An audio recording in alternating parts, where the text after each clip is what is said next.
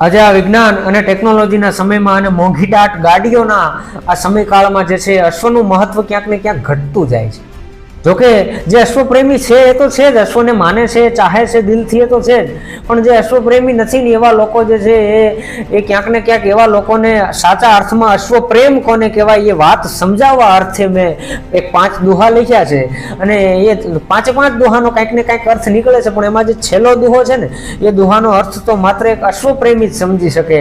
તો એમાં આ પહેલા દુહાથી શરૂઆત કરીએ કે મોંઘી ઘણી મલકમાન, મોટરું ઘણી મૂલવાન. મોંઘી ઘણી મલકમાન, મોટરું ઘણી મૂલવાન, પણ ઘોડે માંડેલ પલાણ મને રૂડા લાગે રવલા.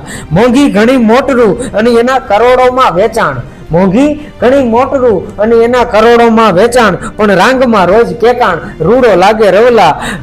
ઘટી જાય ઘડીકમાન ઓલી મોટરું તણામાન, પણ એક જ ઓલો કેકાણ જેનું રૂપ ઘટે નહીં રવલા. સંપત્તિ હોય સઘળી તો મોટરું આવે મલક, સંપત્તિ હોય સઘળી તો મોટરું આવે મલક, પણ જોતા ઘોડાની ઝલક મારો રુદિયો રાજી રવલા.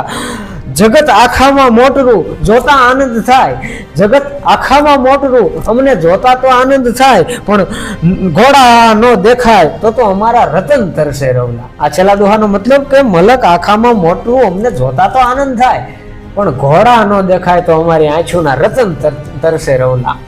તો આ એક જ રચના છે. ધન્યવાદ. રામ રામ.